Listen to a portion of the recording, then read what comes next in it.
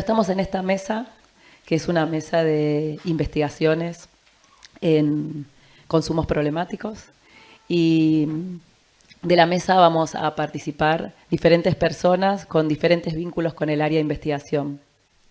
Este año, un poco lo que pensamos desde el área de formación del hospital es armar, dentro de las jornadas que año a año van convocando diferentes profesionales y equipos de diferentes lados que participan, también mesas de investigaciones. Otros años se hacían jornadas de investigación aparte, pero pensamos un poco estratégicamente poder armar dentro de las jornadas mismas del hospital, que ya tienen un montón de resonancia, que la gente quiere participar, quiere contar sus experiencias, sus investigaciones, poder armar una mesa de investigación. Y bueno, quienes hoy van a contar un poco estas experiencias tienen diferentes vínculos con el área de investigación. Uno de los trabajos es una becaria que presentó en su momento las becas que el hospital otorgaba para realizar investigaciones. Otro de los trabajos son compañeras recientemente egresadas de la RISAM, cuyo uno de los objetivos que tiene el cierre de la RISAM es producir una investigación, y algo de eso nos van a contar. Y otra de las compañeras es una compañera con la que establecimos un vínculo a través de un convenio con el CONICET, con el Instituto Gino Germani, y venimos llevando adelante un proyecto de investigación en conjunto, ¿no? Profesionales de acá del hospital, junto con compañeros del Instituto de Investigación Gino Germani. Y bueno, va a contar un poco esa experiencia que venimos llevando adelante. Vamos a darle las palabras a ella. Voy a presentar primero a Andrea Portela, que va a hablar acerca de consumo de sustancias psicoactivas en mujeres mayores de 60 años, de clases populares urbanas, usuarias de efectores del Sistema Público de Salud en Cava. Estudio cuantitativo de tipo descriptivo, transversal y prospectivo. Andrea es terapista ocupacional de planta del Servicio de Salud Mental del Hospital Piñero, ex residente y jefa de residentes de terapia ocupacional y de la residencia posbásica en gerontología comunitaria e institucional. Especialista en gerontología comunitaria e institucional, integrante de la agrupación Terapistas Ocupacionales Libres, presidenta de la Asociación de Terapistas Ocupacionales del Gobierno de la Ciudad de Buenos Aires y actualmente becaria de investigación del Ministerio de Salud de la Nación, Beca Salud Investiga. La escuchamos. Bueno, muchas gracias. Hola, hola. Ah, ahí está. ¿Por acá? Ahí está. Bueno, mi nombre es Andrea, soy trabajadora del Hospital Piñero y el título que leyeron del trabajo es el título original que tenía mi trabajo de investigación, porque este es un estudio que yo inicié en el 2019. O sea, hice todo el diseño de investigación durante el 2019, antes que imagináramos que iba a venir una pandemia. O sea, cambió. Bueno, ¿por qué investigar el consumo en las mujeres mayores? En principio, porque el uso de sustancias psicoactivas en este grupo es una práctica muy frecuente, principalmente el consumo de sustancias legales. En la revisión que hizo Diana Mafía en el 2011, ella señalaba que el uso de psicofármacos, la prevalencia de vida, del uso de psicofármacos en las mujeres argentinas es del 21%. Y esto nos ubica dentro de los países con mayor consumo de este tipo de sustancias. Sin embargo, y llamativamente, es una temática bastante invisibilizada en la investigación en nuestro país, y esto se debe, por un lado, al alto grado de naturalización que tiene este tipo de consumo, a pesar de tener un altísimo impacto en la salud de las mujeres mayores. Por otro lado, me parecía que era una temática relevante, porque es una temática muy frecuente, dado que el 20% de la población de la ciudad son personas mayores. Es más, este proceso de envejecimiento poblacional es algo que va a ir progresando, o sea, cada vez va a ser más la proporción de personas mayores en relación al resto de los grupos etarios. Y las mujeres mayores en los grupos de edades más avanzadas hasta llegan a duplicar a los varones. A mí me encantan las tablas, así que puse una pirámide para que vean en el grupo de los de la cúspide cómo las mujeres son un montón, ¿no? Y por otro lado está la cuestión de las características diferenciales del consumo en las mujeres de este grupo etario.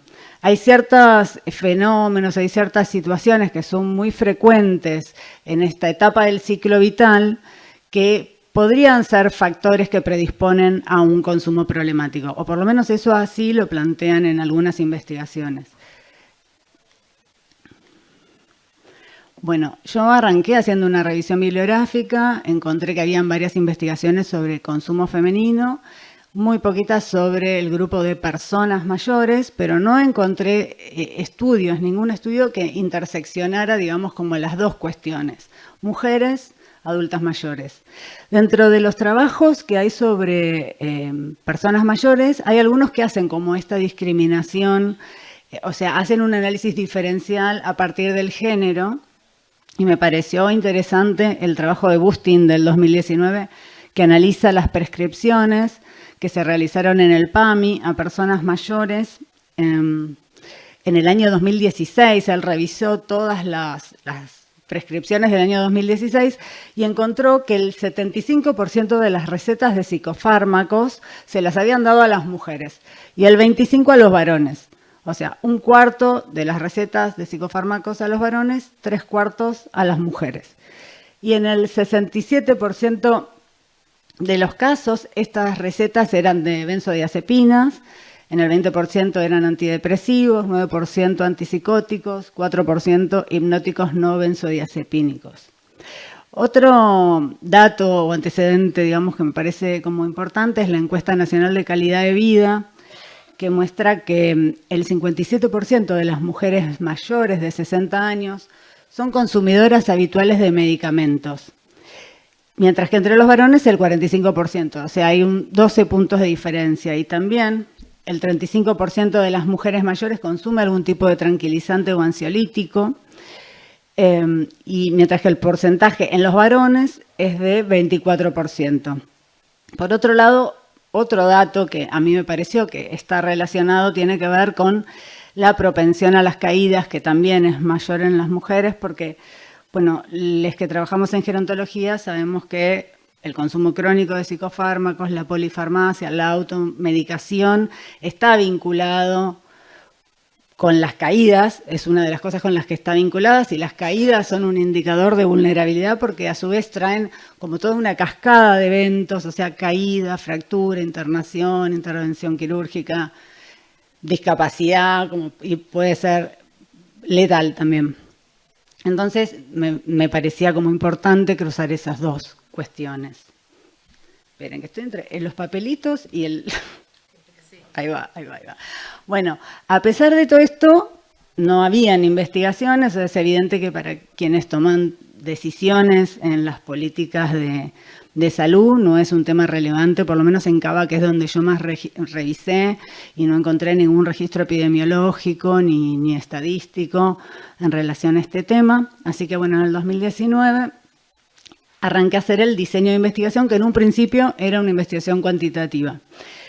Tenía fecha de implementación a partir de marzo, pero el 18 de marzo, pandemia, ASPO. O sea, el diseño original de mi investigación era un estudio observacional, descriptivo, transversal, prospectivo, con una muestra enorme de mujeres que yo pretendía entrevistar en las salas de espera de los centros de salud, porque el grupo que yo quería estudiar eran mujeres mayores de clases populares. Entonces, mi hospital está ubicado en una zona donde hay muchos barrios, villas de emergencia, asentamientos. De hecho, son las comunas que concentran la mayor cantidad de estos barrios y tenemos muchos centros de salud ubicados ahí. Entonces, bueno, nada, mi idea era esa, era entrevistar a la gente en las salas de espera.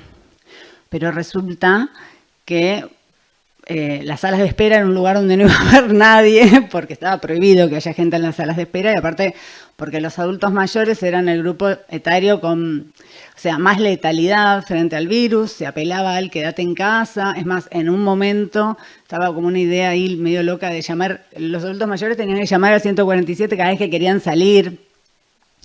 Entonces, bueno, nada.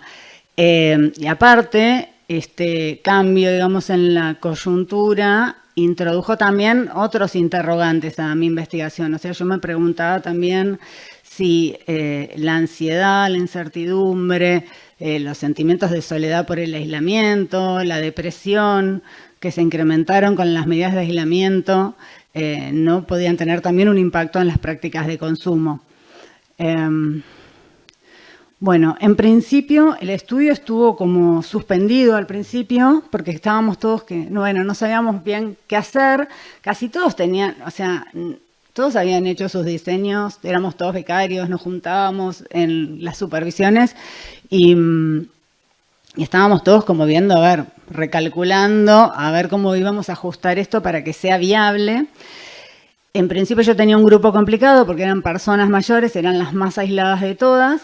Pero en los barrios populares la gente tuvo una forma distinta de aislarse, entonces seguían circulando en el barrio, pero iban, por ejemplo, a los comedores populares, que fueron dispositivos que empezaron como a proliferar un montón, porque se acuerdan que, aparte de pandemia, la crisis económica en el primer momento se exacerbó muchísimo porque había una paralización completa del aparato productivo. Todas estas mujeres que yo entrevistaba, muchas laburaban, y bueno, habían tenido que suspender sus trabajos, o sea que necesitaban de la asistencia alimentaria, iban a los comedores. Entonces, bueno, yo no sé para qué me organizo lo que voy a decir, porque después digo cualquier cosa, pero bueno, fue clave, tuve que hacer contacto primero con las referentes barriales de cada uno de estos dispositivos de asistencia alimentaria, para pensar una estrategia, primero para presentarles el proyecto y que se copen, y después para pensar con ellas una forma de entrada al campo que me permita llegar a mi población objetivo y que se ajustara a la dinámica de esos dispositivos, de cada uno, porque tenían formas de funcionamiento distintas. Yo la muestra la tomé en 3 lugares. Uno era un comedor que se llama Xiscauta, que depende de un movimiento social que se llama La Barriada, que está en el barrio de Sildañas. En otro lugar que tomé la muestra es en el merendero de la Unidad Básica Dorrego, que es de una agrupación política que se llama Aires.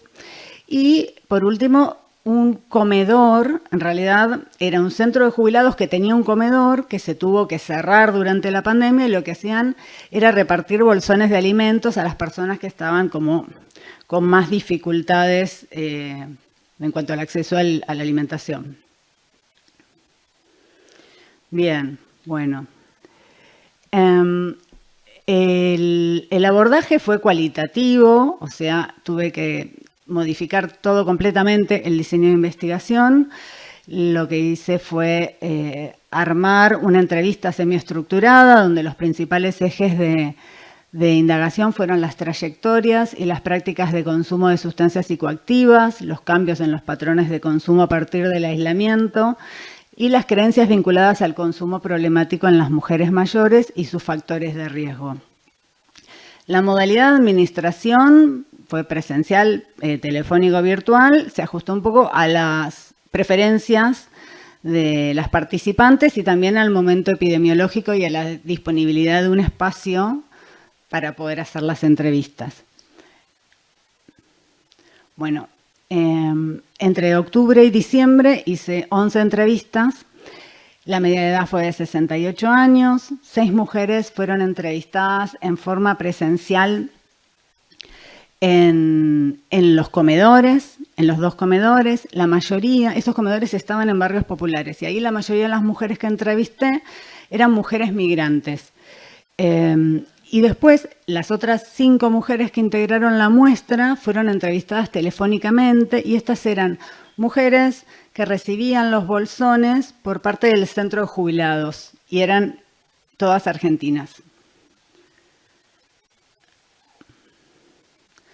Bueno, en cuanto a las condiciones económicas y habitacionales, bueno, es claro, toda la muestra recibía asistencia alimentaria, o sea, estamos hablando de una población en situación de vulnerabilidad social.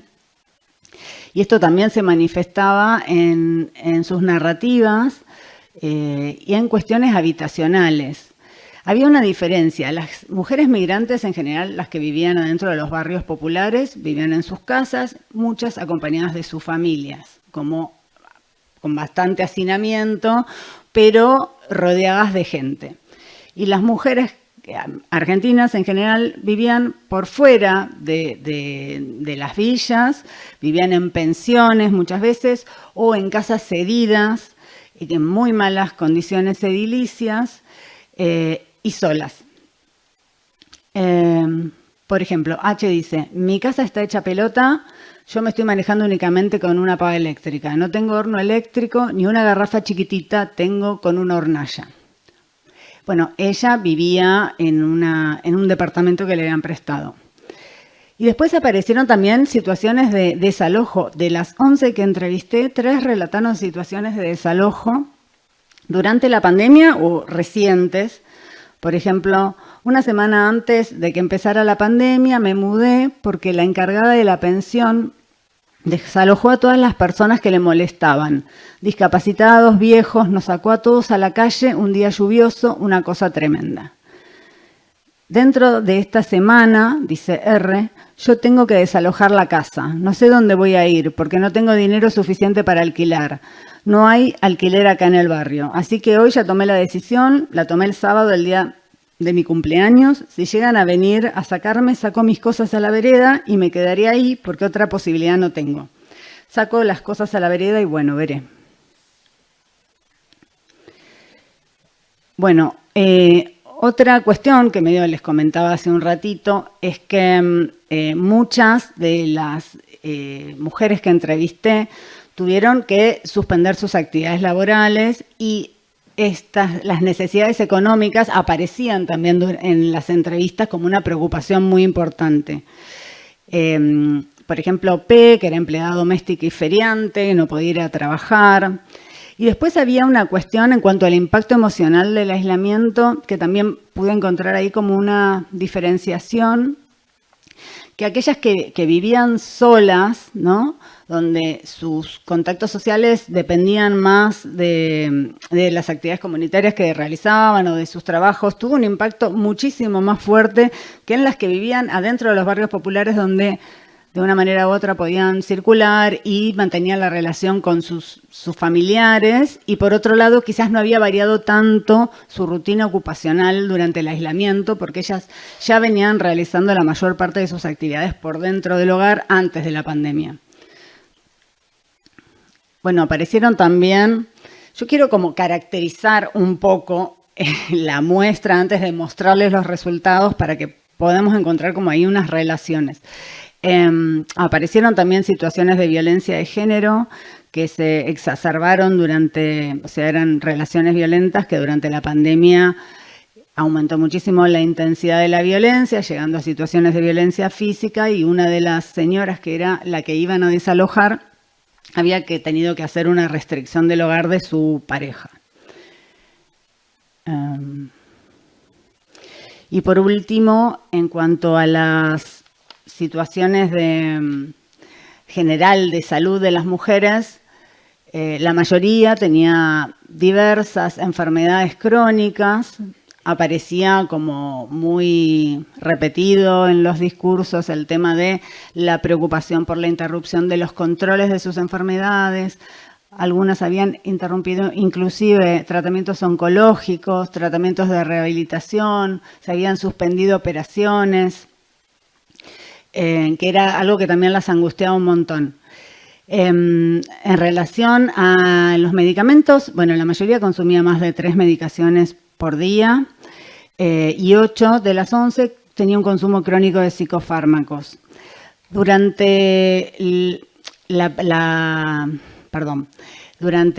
previo a la entrevista, en el tiempo de pandemia, 3 habían sido hospitalizadas. Una por COVID, una porque había tenido una descompensación cardíaca y otra por una dificultad respiratoria por el EPOC que tenía a partir de su tabaquismo. Y ella dice, el 13 de marzo me internaron en el Álvarez porque no podía ni caminar por culpa del cigarrillo. Entonces me internaron, me limpiaron, qué sé yo, me recauchutaron y volví. A la semana volví, pero no volví a fumar. Yo era muy fumadora, me provocó EPOC, no podía respirar. Con ajo y con locoto en polvo yo me broncodilataba, natural, sin usar remedios. Pero me mató las hemorroides, entonces ahora tengo un problema de hemorroides grave. Tomo mucha medicación, estuve tomando mucho y no quiero tomar más porque tengo una acidez que no te puedes imaginar. Tomaba mucho ibuprofeno 600, ibuprofeno 400. Me tomaba como 8 por día para que se me pase el dolor. No se me pasaba el dolor, tomaba Sertal también y cosas para broncodilatarme. Ella es H. En relación al consumo de psicofármacos, la mayoría de las entrevistadas refirió un consumo crónico, o sea, mayor a 5 años, y que en algunos casos, como es el caso del relato de C, llegaba a 30 años. En algunos casos se había iniciado el consumo por recomendación de alguna amiga, pero en la mayoría de los casos estaba en el marco de un tratamiento médico. El motivo de la indicación, en general, cuando uno preguntaba por qué los tomaba, era, bueno, porque tenía problemas de sueño, por depresión o por preocupaciones por conflictos con familiares, con hijos y con parejas. En las narrativas aparece la naturalización de este consumo, que es incorporado como una práctica rutinaria más de la vida cotidiana y que se justifica con argumentos que lo justifican en función del aval médico, como que, bueno, es el tratamiento que me da el médico, y por otro lado, en la inocuidad de lo que toman, como que lo que toman es nada, es poquito y no me hace nada. Las entrevistadas coincidían en que los psicofármacos que usaban, que eran en su mayoría ansiolíticos de tipo benzodiazepinas, no tenían ningún efecto nocivo para su salud. Por ejemplo, se dice, los problemas de sueño los tengo desde siempre, desde muy joven. Siempre, hace más de 30 años que tomo pastillas para dormir. Tuve muchos problemas de sueño yo y aparte pienso que también tuve problemas de pérdidas y emocionales. He perdido el sueño por un montón de cosas, por cuestiones familiares. Yo pienso que ahí empecé a tomar porque a uno le agarra la ansiedad a la noche. Para dormir tomo Rivotril. Hace muchísimos años lo tomo, no lo puedo dejar. Lo quise dejar el año pasado y me trajo taquicardia. Terminé en una guardia haciéndome un electro porque tenía una aceleración cardíaca. La doctora dijo, lo que te pasa es que dejaste la medicación y no se deja. Bueno, y todo el relato de por qué ella no podía bajo ningún concepto dejar de tomar la medicación. H dice, es la señora del EPOC. Yo tuve un médico en Rosario que me conocía desde chiquita porque mi mamá era farmacéutica. Me atendió desde chica porque yo era sonámbula y él me curó. Ese doctor me daba pastillas tranquilizantes fuertes de 10 miligramos. A los 20 y pico tomaba Estelapar. Ahora ya no se fabrican más esas. Pensilán de 10 miligramos. Mandrax tomaba. En una época fui adicta a las anfetaminas, pero antes, ahora no. Tomaba Actemín, Dexedrina, todas esas pastillas. Tomé muchos años, me recibí gracias a las anfetaminas, porque si no, no tenía ganas de estudiar. Esa adicción me duró muchísimos años, más de 10. Un día no tomé más, no tomé más. Me resultó mucho más fácil eso que dejar el alcohol. El alcohol y el cigarrillo me costó mucho más. Bueno, en el caso de H, ella empieza a tomar psicofármacos desde muy joven, pero no era lo habitual en el resto de las entrevistas. En la mayoría de las entrevistadas comenzaban a tomar psicofármacos más hacia la mediana edad y bueno, los motivos, como dijimos, tienen que ver con los problemas de sueño, episodios depresivos, pero también aparecen en los relatos el uso de psicofármacos como formas de afrontamiento de las exigencias de la vida cotidiana y de las tareas de cuidado y de reproducción del hogar. Por ejemplo, A, que dice, tomé pastillas de joven, sí, porque mi suegra tomaba Valium y a veces me decía, tomate un poquito que te relaja. A veces me hacía tomar, me regalaba y yo las partía chiquito. Era cuando los chicos eran chiquitos. Me daba porque yo no podía dormir. Tenía a mis hijos que lloraban, que eran bebés, y yo tenía que estar con los chicos. No es como los padres de ahora modernos que colaboran. Mi marido era bancario, se la pasaba todo el día en el banco y después iba a la facultad. O sea que yo me las tuve que arreglar solita con mis hijos. Él los vio cuando ya estaban criados.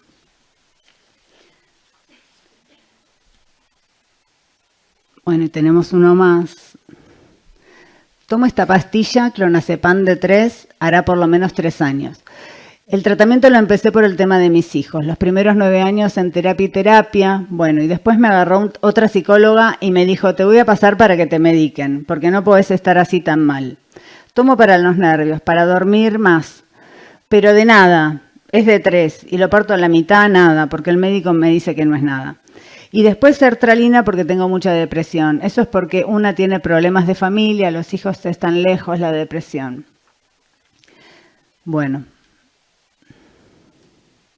En relación a los cambios durante la cuarentena, 2 de las entrevistadas contaron que solicitaron la indicación de tranquilizantes y de somníferos debido a la ansiedad que la situación les provocaba. Por ejemplo, A, que dice que la vez pasada ya no podía dormir, se la pasaba en Google y googleando que era el coronavirus, y le dieron un ansiolítico de 5 miligramos. Y después también aparecía una preocupación muy frecuente, que no era algo que se indagaba en la entrevista, sino que apareció espontáneamente, que era la preocupación por el aumento de peso. De hecho, H le pidió a su psiquiatra un antidepresivo porque quería adelgazar. Y ella pensaba que iba a adelgazar tomando sertralina. Pero esta preocupación por los hábitos alimentarios, ellas cuando preguntabas por, bueno, si le parecía que ella tenía algún consumo que fuera un problema, sí, la comida, como que esa era su máxima preocupación y de hecho se quejaban algunas porque era lo único que aparecía en la tele, estaban todos con la masa madre y les preocupaba porque tenían problemas de salud que no podían aumentar mucho de peso. Una que se tenía que operar de la columna y le habían suspendido la operación decía, yo no puedo engordar, engordé un montón. Y bueno, y H, que había dejado de fumar, que era la señora del EPOC, también estaba preocupada porque había engordado, porque había dejado de fumar.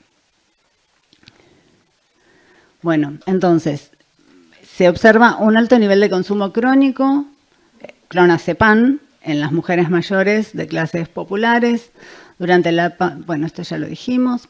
Un aspecto clave es que el consumo de psicofármacos, al estar encuadrado en un tratamiento médico y desmarcarse de los prejuicios ligados a las adicciones, esto permite resguardar a las usuarias de las sanciones sociales que pesan sobre las mujeres que usan otro tipo de sustancias más estigmatizantes, como las sustancias ilegalizadas, pero también el consumo problemático de alcohol.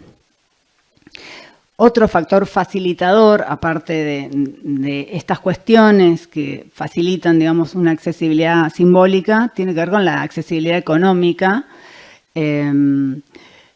porque muchas veces los psicofármacos los cubren la misma obra social. En relación al consumo de alcohol, la mayoría de las entrevistadas negó un consumo habitual de alcohol. Todas coincidían en que el abuso del alcohol es distinto cuando sucede en mujeres o en varones, siendo más estigmatizante para las mujeres y por eso es una práctica que suele esconderse. 2 de las entrevistadas, R y H, compartieron sus historias de dependencia y la forma en que, del alcohol, ¿no? Y la forma en la que intentaron superarla. La estigmatización y el ser mal juzgadas y rechazadas por sus amigos y familiares las llevó a alejarse de sus familias. De hecho, H era de Rosario y se había venido a vivir a Buenos Aires. Y ambas enfrentaron el problema solas, alejándose, sin demandar ayuda y llegando a situaciones de alto riesgo para su salud. Se observa que estos procesos de estigmatización y discriminación determinan formas específicas del consumo en las mujeres, prácticas de ocultamiento que son muy comunes y que, bueno, estas son palabras de R, ¿no? Dice, estarían condicionadas por lo que culturalmente se espera de la mujer. Ella decía que se espera de las mujeres que sean bonitas, que no sean agresivas, que sean buenas madres y que cuando una mujer tiene problemas con el alcohol se asume que no puede cumplir con ninguna de estas funciones. Bueno, una de las entrevistadas reconoció que aún tenía problemas con las bebidas. En relación al tabaco, varias entrevistadas reconocieron antecedentes de tabaquismo. Este tipo de sustancia era identificada como uno de los hábitos más nocivos para la salud, peor que cualquier otro, y más difícil de abandonar. Muchas, sin embargo, reconocían haber sido tabaquistas y la mayoría había hecho tratamientos para dejar de fumar, que había logrado dejar de fumar durante un tiempo o por ahí alrededor de los embarazos, después del fallecimiento de alguna persona. Pero finalmente el cese definitivo se produjo más hacia la vejez por problemas de salud. Bueno, vamos a ir cerrando. Bueno, podemos decir que en nuestro estudio pudimos observar que el consumo problemático de sustancias en la vejez femenina está vinculado a problemas con las sustancias a lo largo de la vida. Y a su vez, las historias de abuso del alcohol y de consumo crónico de psicofármacos, que en algunos casos estuvieron asociados, se relacionaron con situaciones de violencia en el ámbito del hogar desde la infancia y antecedentes de consumo de sustancias también en sus familiares, en padres, en hermanos, en hijos, en parejas. Por otro lado, los problemas familiares, particularmente las relaciones distantes y conflictivas con las hijas, también fueron frecuentes en quienes presentaban un consumo problemático de alcohol o un consumo crónico de psicofármacos. Y en estos casos se reiteró el relato de episodios depresivos de varios años de duración. Las entrevistadas que experimentaron consumos problemáticos a lo largo de la vida expresaron que las prácticas de consumo y la transmisión de las mismas eran naturalizadas dentro de sus entornos sociales. Y bueno, a pesar de las limitaciones que tuvo el trabajo, que no fue bueno lo que se había pensado al inicio, creo que aporta un poco en visibilizar esta temática que no es muy frecuentemente estudiada y aporta a mejorar también la información sobre las experiencias, las condiciones de vida, los sentimientos y los motivos que llevan al consumo a las mujeres de clases populares. Listo.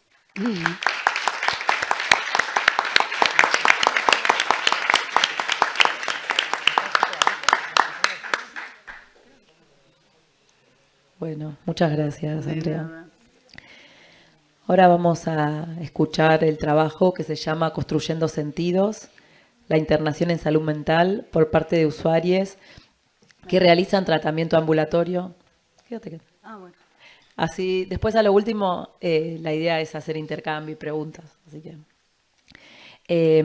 la internación en salud mental por parte de usuarios que realizan tratamiento ambulatorio en el Hospital Nacional en Red.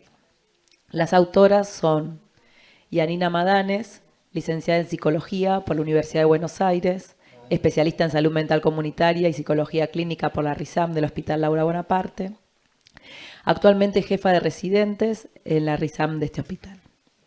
Carla Mancilla, licenciada y profesora en Trabajo Social por la Universidad Nacional de La Plata, especialista en Salud Mental Comunitaria por la RISAM del Hospital Laura Bonaparte y también actualmente jefa de residentes de la RISAM. Ruth Nudelman, licenciada en Terapia Ocupacional por la Universidad Nacional de San Martín, especialista en Salud Mental Comunitaria por la RISAM y trabajadora del equipo de fortalecimiento RISAM en el marco del Plan Federal del Hospital Laura Bonaparte. Y Rocío Girado Milano, licenciada y profesora en Trabajo Social por la Universidad Nacional de La Plata, especialista en Salud Mental Comunitaria por la RISAM y trabajadora del equipo de fortalecimiento RISAM en el marco del Plan Federal. Las escuchamos.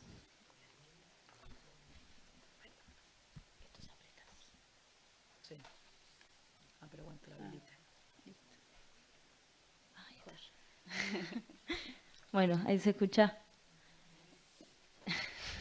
Estoy muy nerviosa, así que disculpe.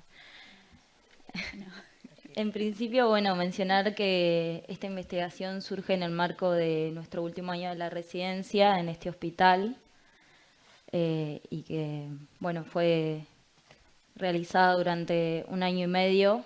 Hace muy poquito la presentamos acá, esta es la segunda vez que presentamos los resultados, así que sepan entender toda esta situación. Bueno, primero es contarles que bueno, un poco surge a partir de nuestro trayecto formativo, digamos, en la RISAM, veíamos que muchos usuarios ante situaciones problemáticas complejas solicitaban la internación como única respuesta prevalente. Y que esta cuestión se ponía un poco en tensión con lo que propone la Ley de Salud Mental 26657 y las modalidades de abordaje comunitaria y las perspectivas de salud que nosotros retomamos, digamos, para el marco de esta investigación, que son la clínica del sujeto y la salud colectiva.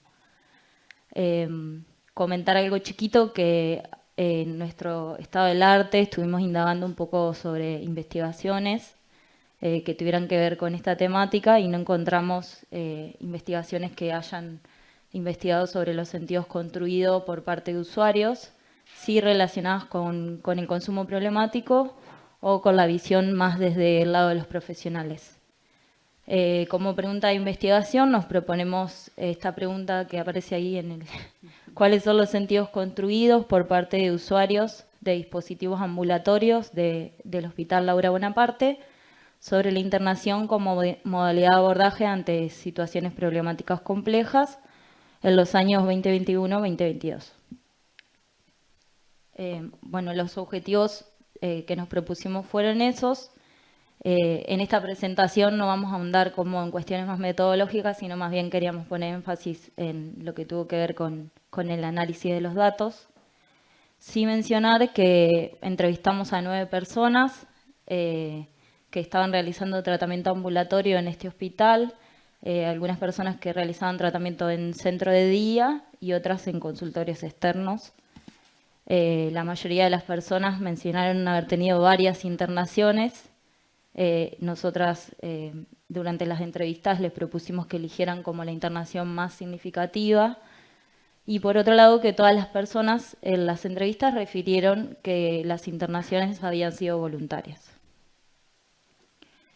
En cuanto al análisis de datos, nosotros lo analizamos a partir bajo 2 lecturas.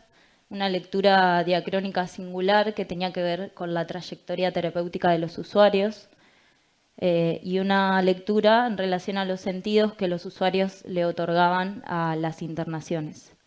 Lo de la lectura diacrónica singular tiene que ver con que para algunos usuarios la internación no había significado un momento disruptivo, digamos, durante su trayectoria terapéutica. En cambio, para otros sí, entonces consideramos que tener en cuenta como lo singular de cada situación. Y en la lectura diacrónica singular nosotros tomamos, lo dividimos como en 2 secciones, tomamos algunas categorías analíticas que habíamos pensado desde nuestro lugar y por otro lado algunas categorías nativas que nacen, digamos, de las entrevistas que tuvimos con los usuarios. En primer momento, la primera sección la ordenamos en 3 momentos. Uno que tenía que ver con la previa, que hace un poco mención a la situación antes de la internación, el durante la internación y el después. Ahora voy a pasar a contar brevemente cada uno de ellos. En relación a la previa, muchos usuarios mencionan que la internación venía a cumplir como un rol importante dentro de su situación en la que se encontraba en ese momento de su vida cotidiana. Ahí aparecían como algunas cuestiones interesantes que tenían que ver con las redes con las que contaban los usuarios. Muchos usuarios referían vínculos institucionales con la Iglesia y Narcóticos Anónimos.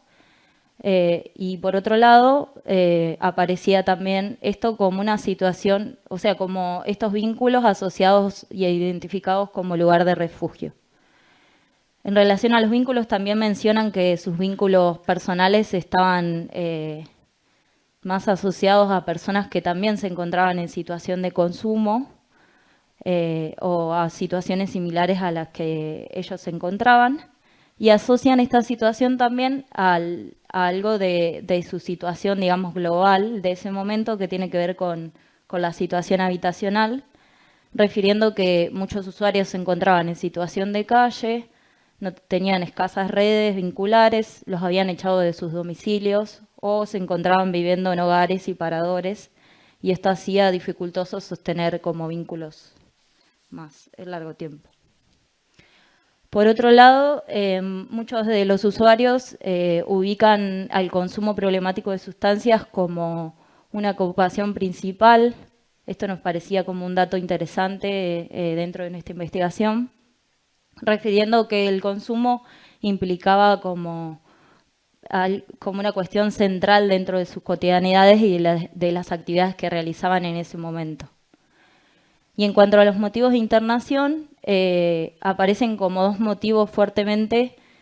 Por un lado, refieren el consumo problemático de sustancias y por otro lado, las ideas de muerte asociadas al tocar fondo.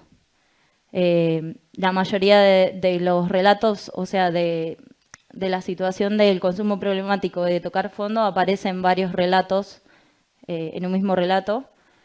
Y por otro punto, esto también aparece como la internación como un momento de inflexión donde deberían como interrumpir esa situación en la que se encontraban y la internación venía a ocupar ese lugar.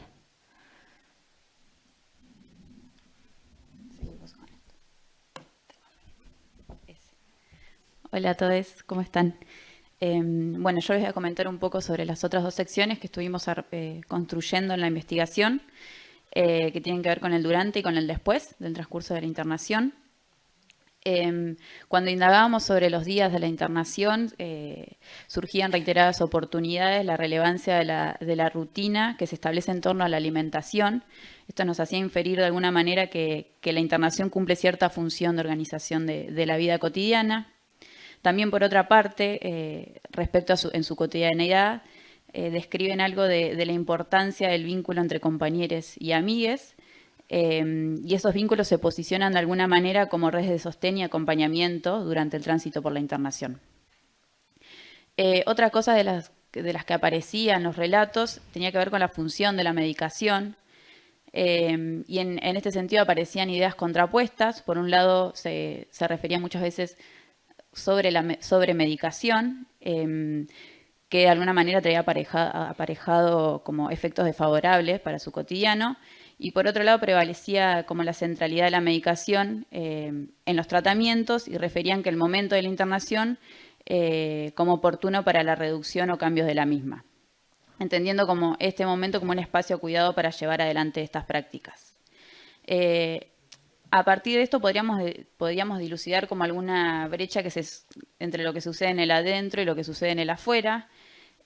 Muchas veces la externación, el afuera, quedaba asociado a la realidad y de ahí se ubicaba cierta ruptura. Y también entendíamos que las coordenadas que dieron lugar a la internación no podían pensarse por fuera de las determinaciones sociales. Y repitiendo un poco, reforzando la idea que siguiendo esta línea se deslizaban las entrevistas las brechas entre los cuidados que se producen al interior de la internación y las condiciones de vida de las personas por fuera de la misma. Ahora bien, dicho esto, en el último apartado de la primera sección, que es el después, retomamos los relatos surgidos a indagar acerca de la situación posterior a la internación. Por un lado, tomábamos el momento inmediato en la que la externación se había producido y también así las coordenadas que atravesaba la persona al momento de la entrevista. Muchos de los entrevistados comentaron que sus actividades actuales giraban en torno a efectores de salud o religiosos, y que al circular constantemente por esos espacios, sus redes vinculares también quedaban asociadas a otras personas que concurren allí. De esta manera, el hospital y los grupos de narcóticos anónimos y alcohólicos anónimos cobraban relevancia en tanto espacio social y no solo respondiendo a cuestiones meramente de salud orgánica. Y por otra parte, el lugar para vivir y la posibilidad de sostenerse económicamente cobraban relevancia al momento de la externación. Solían resaltar como el hecho de tener un lugar para vivir como algo muy importante, pero también señalaban que cambiaban mucho de lugar y que eso les dificultaba encontrarse cómodos allí o los vínculos con los que podían generar en esos espacios en los que habitaban. Bueno, la segunda sección, que la nombramos Construcciones de Sentidos, nos parecía importante mencionar que esta sección surge un poco del recorrido que hicimos al principio de antes de la internación, el durante y el después, y se pone un poco en diálogo con con bueno, las experiencias vivenciadas por las personas durante la internación, sus trayectorias terapéuticas y la internación en sí misma. Y a partir de ahí nosotros analizamos los datos en relación a los sentidos construidos, en relación a la salud mental, al tratamiento en salud mental y a la internación en salud mental. Dentro de eso, bueno, aparecen como algunas categorías nativas. En principio, mencionar que cuando realizamos la pregunta acerca de sobre qué es la salud mental, aparecía frecuentemente una enumeración de diagnósticos y un montón de problemáticas, o sea, en relación a la salud mental. Y una de ellas que aparece en los relatos tiene que ver con la salud mental como equilibrio y paz. Esta idea asociada a una situación como fija, que a la vez deja ver como una ruptura, digamos, en esa situación. Lo que pensábamos como grupo de investigación es que esta concepción viene un poco asociada a la idea de estado de salud que proponía la OMS, pero que a la vez en los relatos, indagando con otras preguntas, aparecía la salud mental o esa situación como parte de un proceso en las mismas prácticas que comentaban los usuarios. Por otro lado, otra de las categorías que aparece es la idea de autonomía. Esto hacían referencia acerca de la posibilidad de cada persona de usar sus propios recursos para tomar decisiones. Y también ahí aparece como una controversia entre la internación como espacio de pérdida de libertad y a la vez como soporte para construir autonomía. Y bueno, y por último, en esta sección aparece también la idea de consumo problemático dentro, digamos, de la idea de salud mental, y aparece fuertemente la idea de adicto como relacionado a una identidad, y también las personas, digamos, referían ser adictas, pero a la vez aún no encontrándose en situación de consumo en ese momento que eran entrevistadas. Bueno, en relación a los tratamientos, perdón, si no tengo el machete. ¿Qué hice? No. Toma. Perdón. Ah, no, ahí está. En relación a los en relación a los tratamientos, bueno, aparecen varios relatos también asociados a la construcción de redes, algo que mencionábamos en la previa y en el durante de la internación, y estas redes asociadas a personas que compartían como la misma situación al momento de la internación, y a su vez en relación a los profesionales que brindaban atención en la internación. Algo que resaltan en las entrevistas es que los usuarios le dan como mucha importancia al vínculo que se generaba entre usuario y paciente y no tanto como al conocimiento, y que mencionaban como importante en el proceso terapéutico sentirse cómodos y contenidos y escuchados. Y bueno, y por último, en relación a las estrategias de cuidado en relación a los consumos, varias personas mencionan que la internación viene a cumplir como un rol de detención de consumo, pero también aparece algo en relación a que referían que interfiera lo menos posible en la realización de las actividades de su vida cotidiana. Tengo yo acá. Gracias. En relación a la categoría de los sentidos construidos sobre la internación, ahí pudimos construir 4 dimensiones que se desglosaron de esta categoría. La primera tiene que ver con la internación como contención y organización. La contención aparece asociada a varias aristas de la vida de las personas. Por un lado, para aquellos que ubican al momento de la internación como el momento aquel que ofició de refugio habitacional, como mencionábamos al comienzo, que encontrarse en situación de calle los exponía a situaciones de riesgo y vulnerabilidad que sin dudas tiene efectos directos en la salud. Y otras personas asocian a la contención con los vínculos cuidados que se establecieron en el ámbito hospitalario, tanto en relación con otros usuarios como los profesionales, como mencionaba recién mi compañera.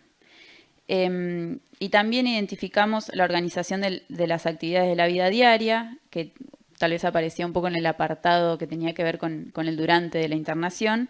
Y esto tenía como bastante presencia en los discursos.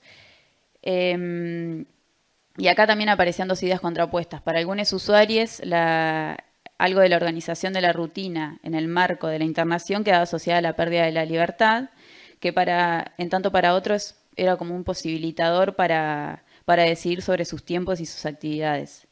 En línea con el sentido construido y mencionado anteriormente acerca de la salud mental como autonomía, la organización que ofreció la internación es mencionada como puente para recuperar la misma. Otra dimensión que construimos en esta categoría es la del lugar de freno o cese del consumo. La internación aparecía como estrategia frente a la problematización del consumo, ya que cuando preguntábamos acerca de cuál es la internación que elegirían, muchas de las personas escogían como significativa aquella en la que el consumo había cesado luego de la externación. Por otra parte, ubicaban la internación como soporte de construcción de identidad. A lo largo de las entrevistas, como un significante común respecto a las internaciones quedaba asociada a esta dimensión, si bien no aparece en las narrativas nativas así explícitamente, sino más bien que responde a una lectura que pudimos realizar como investigadoras, y entendemos la complejidad de este concepto que excede claramente esta ponencia, tal vez está un poco más trabajada en el escrito completo.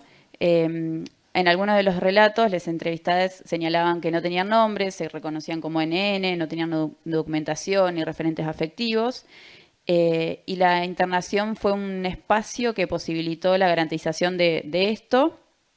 Y también para otros, la internación significó un momento para preguntarse acerca de su identidad de género. En esta línea, y una de las últimas dimensiones que se desprende de esta categoría, ubicamos a la restitución de derechos. La nombramos de esta manera esta categoría porque alude a la posibilidad de recuperar o acceder por primera vez a derechos que antes de la internación se encontraban vulnerados. Muchos de esos fueron mencionados a lo largo de lo que fuimos conversando recién. Pero también señalan como hechos significativos el acompañamiento por parte del equipo y de la institución al momento de acceder al documento nacional de identidad, así como también al certificado de discapacidad. Como ponemos esas dos cuestiones de ejemplo, que era lo que más prevalecía. De esta manera entendemos que la importancia del acceso a estas políticas públicas nos instituye como ciudadanos como parte de un sistema de redes. Y también, bueno, la internación ofició como punto de inicio para cubrir necesidades básicas insatisfechas. Bueno, una vez dicho esto, y como discusión, nos parecía importante señalar que el análisis de esta investigación evidenciaba la ponderación positiva que prevalece en las narrativas de las personas entrevistadas respecto a los sentidos construidos sobre la internación en salud mental. No vamos a redundar mucho sobre lo que ya estuvimos diciendo, pero pensábamos que si bien en términos macropolíticos contamos con una ley que promueve prácticas con base comunitaria, aún quedan muchos desafíos por delante para su real implementación. A raíz de eso nos hacíamos algunas preguntas que tienen que ver con qué sucede en la comunidad que la restitución de derechos se encuentra en el espacio intramuros, y si existen alternativas comunitarias que contemplen los sentidos otorgados por los usuarios a la salud mental y las internaciones. A raíz de lo ya mencionado, entendíamos que esto denota que al menos en esta instancia las políticas destinadas a la implementación de la ley que priman son aquellas que se orientan a modificar las prácticas intramuros, pero aún quedan muchas vacancias a nivel comunitario. Consideramos sustancial a raíz de los resultados que este fortalecimiento comunitario sea con perspectiva intersectorial e interdisciplinaria.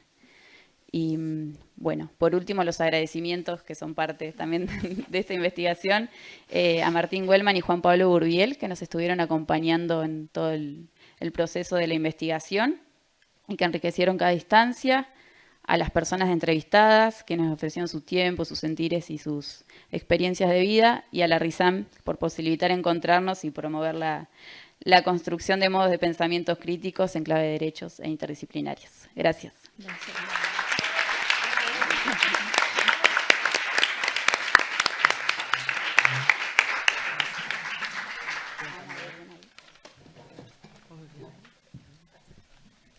Bueno, no, tranqui. Muchas gracias. Bueno, ahora vamos con el último trabajo, que es un equipo bastante grande, del que también formo parte, así que me voy a presentar a mí misma. El nombre del trabajo se llama Modelos de género, experiencias de violencias e itinerarios terapéuticos de varones con consumo problemático de drogas. Un análisis interseccional de trayectorias biográficas en el Hospital Laura Bonaparte. Y el equipo, como les decía, es amplio. Está encabezado por Ana Clara Camarotti, que hoy nos acompaña, doctora en Ciencias Sociales. Desde 2012 se desempeña como investigadora independiente del CONICET. Coordina el área de salud y población del Instituto Gino Germani. Su trabajo se enfoca en la sociología de la salud, donde ha consolidado sus líneas de investigación sobre promoción, prevención y vulnerabilidades en salud, logrando integrar la producción empírica, la elaboración teórica y el desarrollo de tecnologías para el cuidado. Ha coordinado proyectos de intervención de UNICEF y de OEA y también ha formado parte de diversas investigaciones a nivel nacional e internacional. Daniel Jones, doctor en Ciencias Sociales y licenciado en Ciencias Políticas por la UBA, investigador independiente del CONICET, profesor de Teoría de Género de la carrera de Sociología de la UBA, coordinador de la Diplomatura en Masculinidades y Cambio Social. Martín Wellman, licenciado y profesor en Sociología por la Universidad de Buenos Aires, magíster en Ciencias Sociales por el Instituto de Desarrollo Económico y Social y la Universidad Nacional de General Sarmiento. Doctor en Ciencias Sociales por la Universidad de Buenos Aires y becario postdoctoral del CONICET. Juan Burbiel, maestrando en Salud Pública en la Universidad Nacional de La Matanza, licenciado en Trabajo Social. Realizó la residencia interdisciplinaria en Salud Mental en este hospital, siendo luego jefe de residentes. En la actualidad se desempeña como instructor de Trabajo Social en la RISAM y es docente ayudante en la materia Taller 1 de la carrera de Trabajo Social. Luciana Rivas, maestranda en Antropología Social y Política de la Facultad Latinoamericana de Ciencias Sociales, sede Argentina, cursante de la especialización de Género, Políticas Públicas y Sociedad en la Universidad Nacional de Lanús. Diplomada en Problemas Contemporáneos de la Filosofía Política por la Universidad Nacional de Lomas de Zamora, licenciada en Trabajo Social por la Universidad de Buenos Aires. En la actualidad se desempeña en el equipo de coordinación de la RISAM del hospital. Omar Alones, especialista en psiquiatría, realizó la residencia interdisciplinaria en salud mental acá en el Bonaparte, siendo luego jefe de residentes. Es docente de la primera cátedra libre e interdisciplinaria para la adecuada atención de personas consumidoras de sustancias psicoactivas en la UNSAM e integra el servicio de tratamiento ambulatorio de este hospital.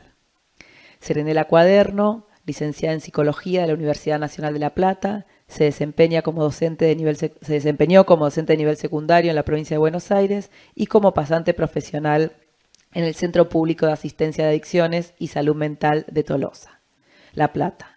Egresada de la especialización en drogodependencias de la Universidad Nacional de Tucumán, realizó la RISAM, siendo luego jefa de residentes. Actualmente integra el servicio de tratamiento ambulatorio intensivo del hospital. Mauro Villubaro, especializado en Gestión Cultural y Políticas Culturales por la UNSAM, licenciado en Psicología, se desarrolla profesionalmente como investigador y docente del área de investigación en el Hospital Laura Bonaparte. Bueno, yo, que soy, que es raro presentarse a sí misma, egresada acá de la RISAM y estoy en el área de investigación. Y Malena Quisruam, magíster en Estudios de Género por la Universidad Complutense de Madrid, especialista en Psicología Clínica por el Ministerio de Salud de la Nación y licenciada en Psicología por la Universidad de Buenos Aires. Realizó también la RISAM y actualmente integra el Servicio de Investigación del hospital. Bueno, después de esta larga presentación, le damos la palabra a Ana Clara, que nos va a contar un poco sobre el proyecto de investigación. Bueno, hola, ¿qué tal? Buenas tardes a todos y a todas. La verdad es que muy contenta de poder estar acá. Les cuento que somos muchos, también tenemos varias actividades. Este es un trabajo conjunto que venimos, si bien armando un convenio entre el CONICET y el Hospital Laura Bonaparte desde el año pasado, lo logramos efectivizar este año, desde más o menos abril de este año, y al menos estas son las 4 actividades que estamos desarrollando ahora en la actualidad. Somos muchos, pero estamos haciendo varias cosas juntos. Por un lado, armamos una materia en la RISAM, que es esta de metodologías cualitativas para la investigación social en salud, herramientas teórico-prácticas. Es una materia de segundo año, estamos ahí trabajando con herramientas puntuales para la investigación y acompañándolos en estos procesos. Nos gusta decir que a investigar se aprende haciéndolo, es un oficio, entonces nos parece clave justamente poder trabajar desde la investigación. Yo hace muchos años que investigo, hace más de 20 años que estoy trabajando, hace un poco menos que estoy como investigadora del CONICET, pero me formé en un equipo con Analía Kornblit, en un equipo en donde arranqué investigando. Entonces es de ese modo que se aprende. Entonces por eso nos gusta mucho y esta fue un primer punto y un paso clave para nosotros, el trabajo en la RISAM desde la metodología y empezar a trabajar con la investigación. Y ahora, bueno, con tercer año, con algún seguimiento, también vamos a ir a hacer un acompañamiento y un seguimiento en los proyectos de investigación. Bueno, por el otro lado, también acá con Ana armamos el comité de ética, que también es importante, y acá el desafío está puesto en que el comité de ética tenga una pata puesta en lo que tiene que ver con investigación social. Investigación en ciencias sociales, que tenemos las particularidades diferentes de las ciencias médicas. Entonces acá también hay un punto importante, hay una pelea para dar, hay un debate, así que bueno, ahí también cruzamos, hicimos esta cruzada. Por el otro lado, se ganó una convocatoria de un PICTO UCTH en promoción a la investigación translacional en la red de salud mental comunitaria, que va a arrancar ahora a fin de año. Y finalmente nos presentamos en una convocatoria de UNFPA, por quienes no sepan, es el Fondo de Población de Naciones Unidas, una convocatoria juntando saberes para proyectos de investigación en masculinidades y salud. Y bueno, presentamos el proyecto, lo armamos y ganamos esta convocatoria, así que este es el proyecto que, si bien arrancó hace poco, es algo de el recorrido que fuimos haciendo, lo que les vengo a contar y algunas conclusiones preliminares.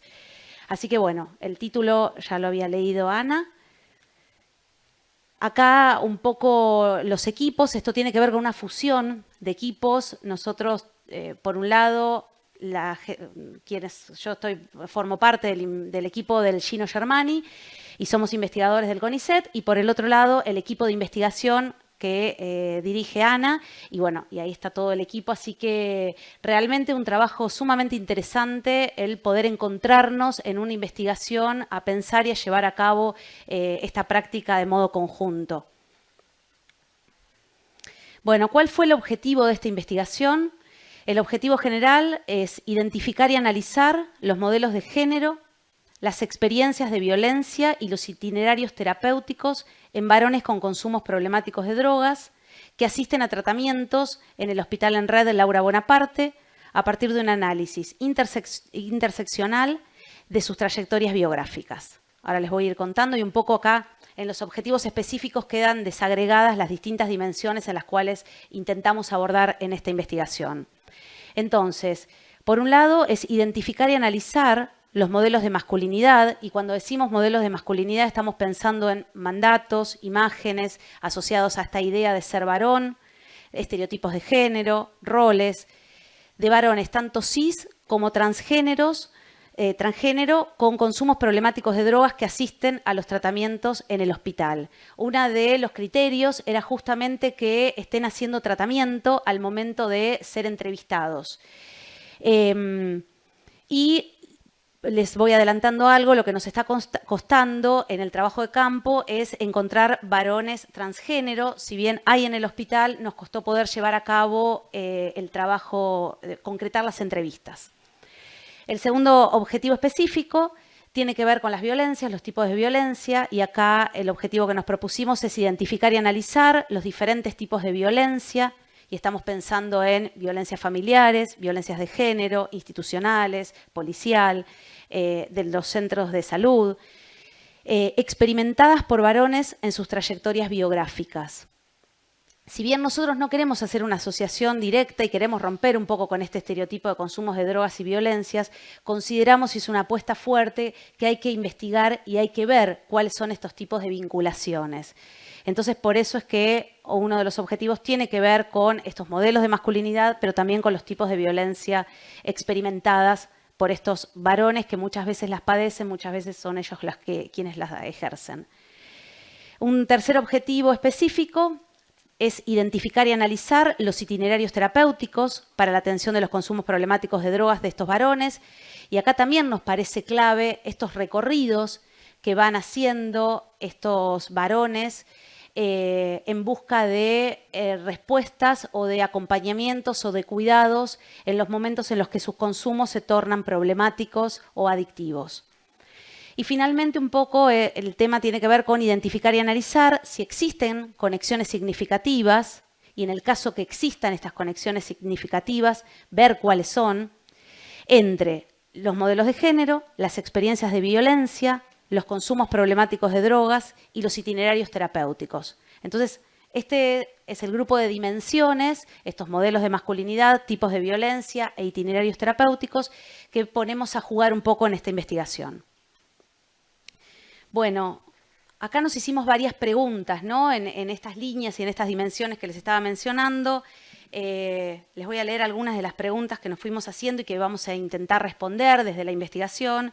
Y tienen que ver, la primera pregunta, cómo se conectan ciertos modelos de masculinidad que ponderan el aguante, entrelazando resistencias y violencias físicas con el consumo intensivo de sustancias psicoactivas. Por el otro lado, qué tipos de consumos de drogas, bajo qué circunstancias, qué tipo de sujetos, pueden vincular a sus usuarios a ciertas violencias, y en estas violencias estamos pensando violencias institucionales a través del accionar policial o de otras instancias estatales, como por ejemplo los efectores de salud. Por otro lado, cuáles son los principales tipos de violencias percibidas y o vividas en sus espacios de sociabilidad y consumos de drogas, y qué significaciones y prácticas despliegan estos varones en relación a dichas violencias. ¿Qué vínculos existen entre las relaciones sexoafectivas que llevan adelante estos varones y sus prácticas de consumo de drogas? ¿Cuáles son los itinerarios terapéuticos que despliegan las personas que buscan atención en estos consumos de drogas? Esto también nos va a ayudar, porque el poder empezar a entender estos itinerarios nos va a poder permitir también acortar caminos, porque tal vez lo que vamos a ir viendo es que haya alguna superposición de estos itinerarios en donde nos demos cuenta que hay algunos recorridos que se repiten y que tal vez el camino es por otro lado. Y entonces, como nos gusta pensar que el sistema de respuesta a los consumos problemáticos tiene que ser justamente un sistema integrado por muchas puertas y por muchas respuestas, ver cuáles son las que estos varones de sectores populares que se están acercando al hospital encuentran como esa puerta que posibilita el acceso. Entonces, ¿por dónde están entrando?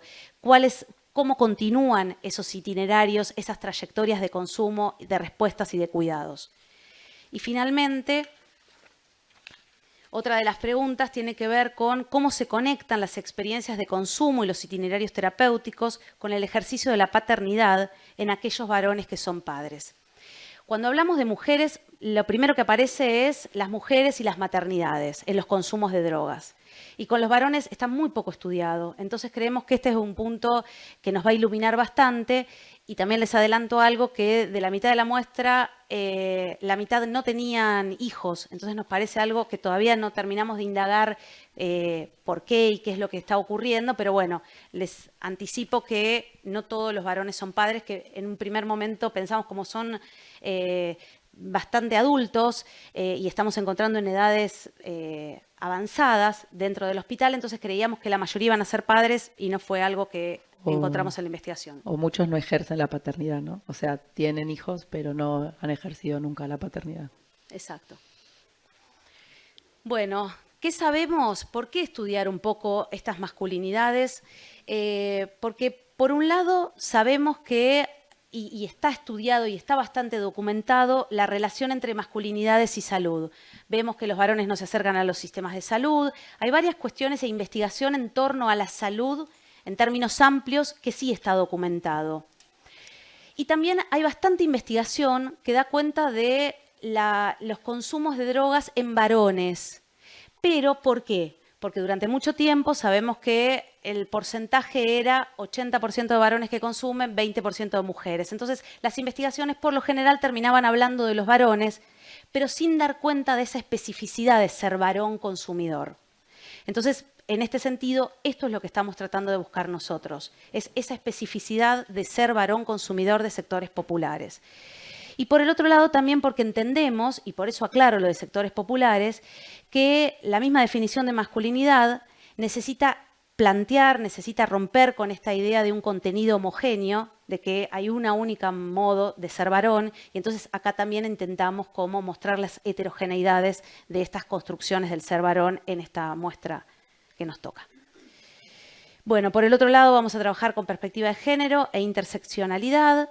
¿Y por qué? Porque consideramos también que acá hay algo que se va intersectando y que es importante dar cuenta y que tiene que ver con el género, tiene que ver con la clase social a la cual uno pertenece, tiene que ver con la raza, con el lugar en el que se vive. Entonces todo esto son dimensiones que para nosotros son clave y que necesitan ser puestas, al menos visibilizadas al momento de analizar un trabajo de estas características.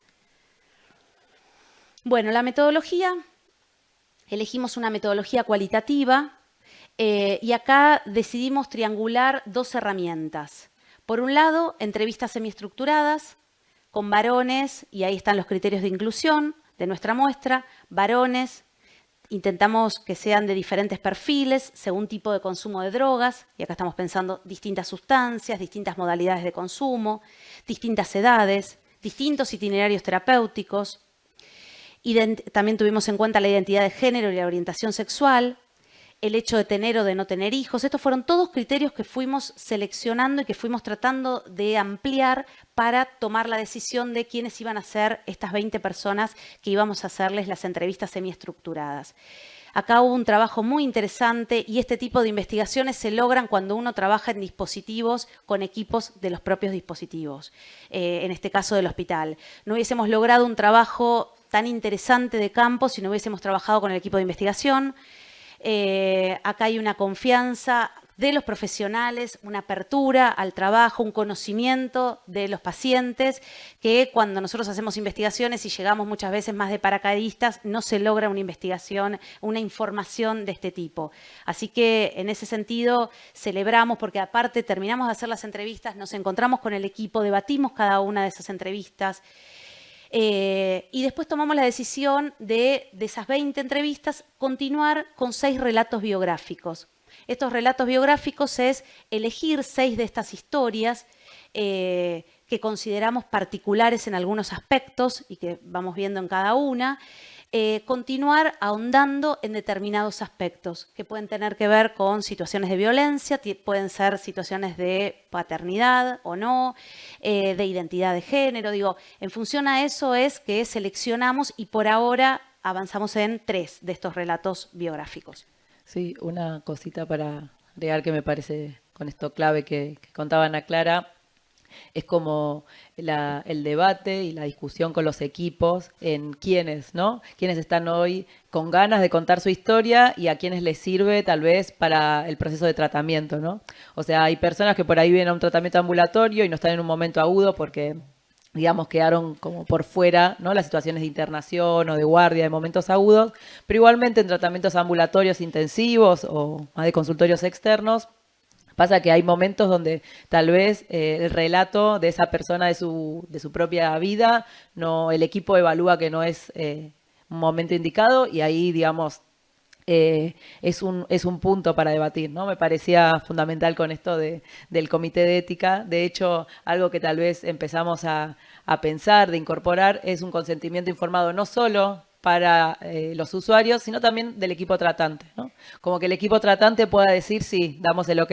Tal vez acá sucede espontáneamente y naturalmente porque vamos a hablar con los equipos, pero nos parecía que era algo importante también que puedan dar el ok que que dar esa entrevista le sirve a esa persona para su tratamiento en ese momento, ¿no? Si bien es una entrevista de investigación. Y nos encontramos con cosas re lindas, ¿no? Como la gente en general le gusta poder contar su historia y que eso sirva para algo. Aparece mucho eso, ¿no? Que esto sirva para otros, que pueda ser armado como algo con todo eso que me pasó. Nada. Totalmente, está buenísimo.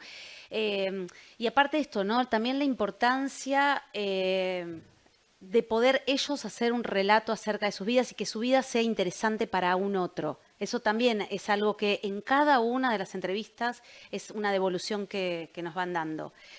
Bueno, de este trabajo de campo concretamos 17 de las entrevistas a usuarios varones, hicimos 3 de los 6 relatos biográficos.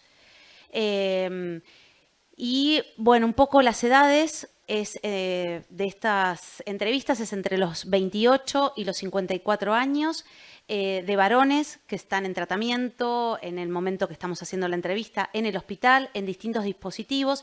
Dejamos por fuera la guardia y dejamos por fuera internación porque muchos estaban en situaciones más críticas o que no los profesionales, como un poco anticipaba Ana, nos decían que era preferible no entrevistar en ese momento porque iban a remover muchas cuestiones. Entonces, bueno, en ese sentido, estos dispositivos quedaron por fuera. Después el resto, estamos llevando a cabo entrevistas en todos los dispositivos del hospital. Bueno, y un poco, si no me olvido nada, Ana, no. Un poco algunos de los resultados, porque esto está en marcha. Todavía no terminamos ni siquiera el trabajo de campo, pero anticiparles algunos puntos como resultados preliminares. Por un lado, la omnipresencia del consumo problemático de drogas en los relatos, que se conjuga paradójicamente con el hecho de que no parece constituir el principal problema en los procesos de vulnerabilidad que atraviesan.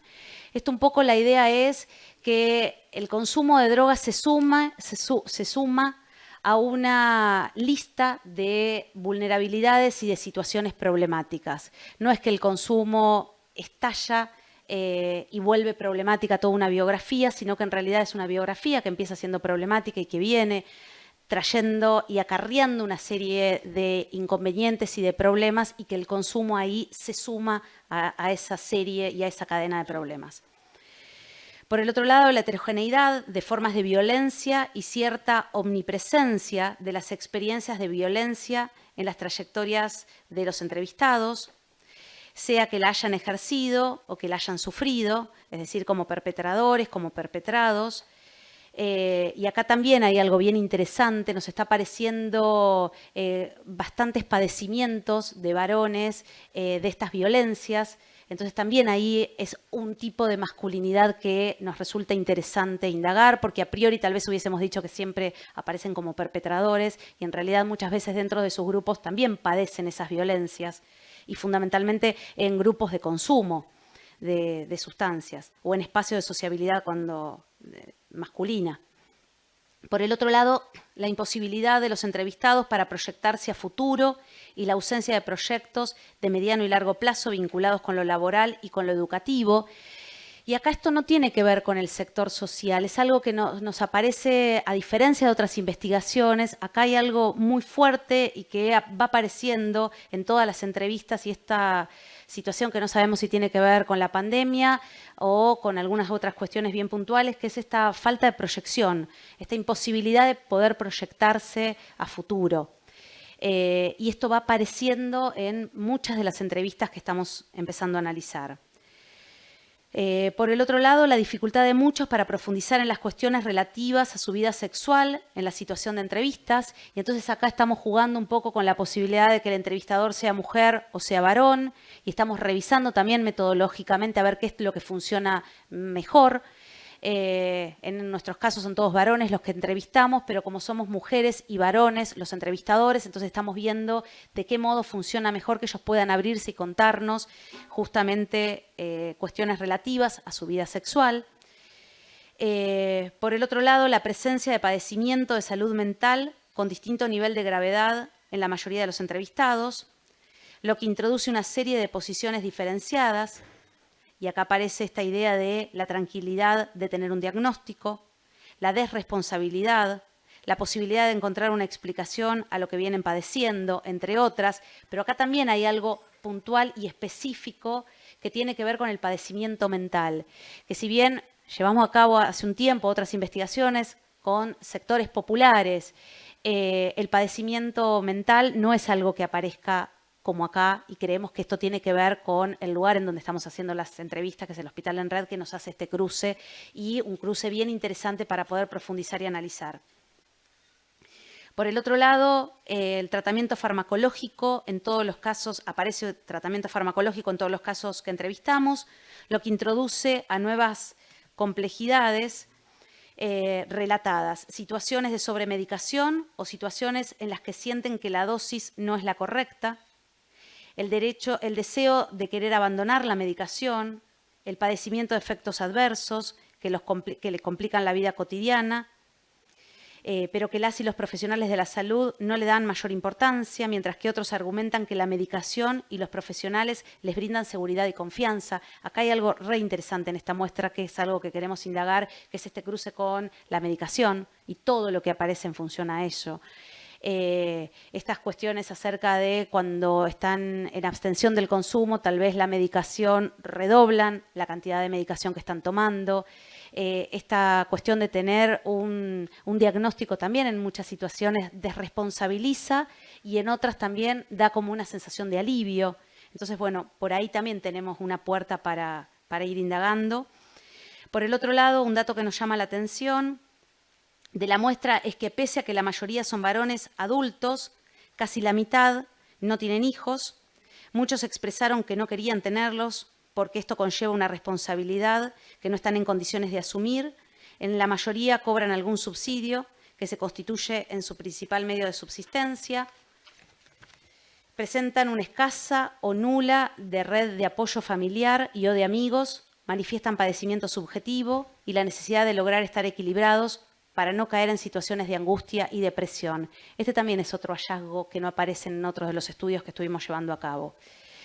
Así que bueno, estas son puntas en donde nos vamos a meter a investigar y analizar por qué se están dando, pero que nos parecen interesantes y muy características de la población de varones que concurren acá al hospital.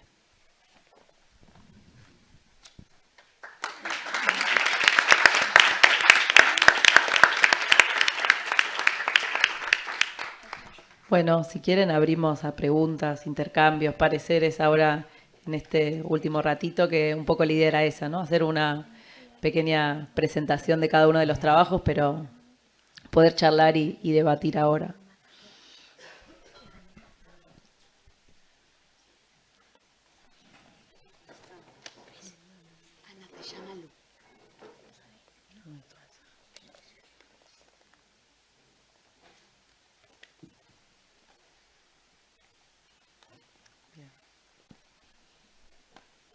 Nos están diciendo que vamos a tener un ratito para conversar, pero que después es muy importante que a las 16 viene acá justo la ministra, así que bueno, que se queden para el cierre de las jornadas, pero que bueno, que podamos aprovechar este tiempo para debatir y charlar.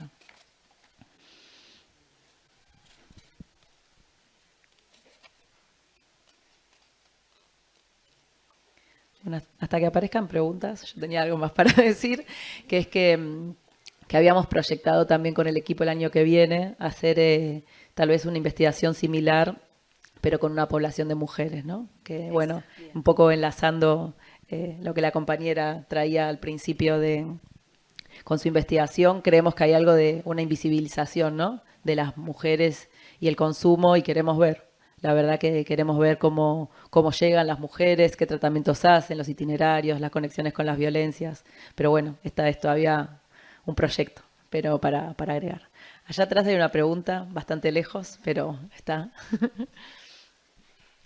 Les damos el micrófono y si quieren pueden mirar a la cámara para poder ser filmados y salir en YouTube. Si quieren, si no quieren, hacen la pregunta desde ahí. Es un montón. Hola. No, más que una pregunta quería... si querés presentarte y así, sabemos. ¿Se escucha? Sí. Bueno, yo soy Gastón Cadena, soy médico de origen generalista. y me estoy especializando en psiquiatría. Trabajo en el Hospital Sestino de Ensenada y en el Hospital José Ingenieros de Melchor Romero. Y quería felicitar al equipo investigador porque verdaderamente es algo que de hecho vengo charlando y consultando con gente cercana, el tema de la curiosidad de lo que pasa con las masculinidades y la salud general, ¿no? Y este estudio es el primero que encuentro que abre algunas preguntas muy interesantes entre ese cruce y creo que profundiza o probablemente mejore las condiciones de entender integralmente las problemáticas vinculadas al patriarcado, ¿no? Así que nada, felicitaciones. Gracias. Bueno, gracias. Sí, dale, Ana. No, Sí, sí, yo ya también está. en esta línea de felicitaciones a la compañera, porque yo vengo hace mucho investigando temas de consumos y digo, es un área de vacancia gigante. El de mujeres adultas, con medicación que muchas veces viene recetada por amigas o mismo por los profesionales. ¿Qué pasa con los profesionales médicos y la sobremedicación en mujeres? Me parece sumamente interesante e importante esta investigación, así que también celebro. Muchas gracias. Sí, me parece que la meta se mete con temas complejos, ¿no? Esta relación entre género y consumo y por el otro lado las compañeras, la cuestión de la internación en salud mental, ¿no? Justamente ayer en esta mesa traíamos todas las problemáticas de avanzada que hay sobre la ley de salud mental y uno de los puntos es justamente el tema de las internaciones. Y que ustedes se metan con esta idea de cómo los usuarios construyen sentido de sus propias internaciones me parece muy rico también para pensar el campo de los derechos humanos y qué otorgamientos de sentido se le dan a las internaciones cuando son respetuosas de esos derechos, ¿no? Como hay como unas nuevas problemáticas, muy interesantes. Bueno, pero pregunten, diga.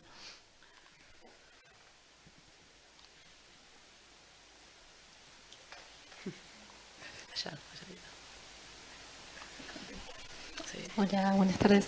Bueno, primero agradecerles. Yo soy Guadalupe, soy musicoterapeuta y me pareció muy interesante cómo aparece este trabajo de la narrativa subjetiva de cada sujeto en función de una construcción que los valide, ¿no? Y que invite un poco a ser sujetos activos de su propia salud mental y, digamos, como una intervención contrahegemónica a lo que por ahí el sistema invita a cómo se perciben esas personas, ¿no? Como qué lugar les da el sistema, digamos, desde cómo se valoran los espacios públicos o desde qué herramientas les da para gestionar su propia salud.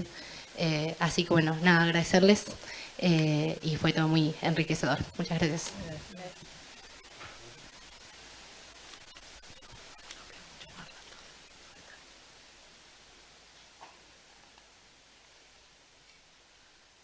Bueno, si no hay más preguntas, vamos a tener que ir cerrando. Les agradecemos a todos la participación y bueno, los invitamos a quedarse acá o adelante. Hay un coffee break ahora, pero después los invitamos a quedarse al cierre. Muchas gracias.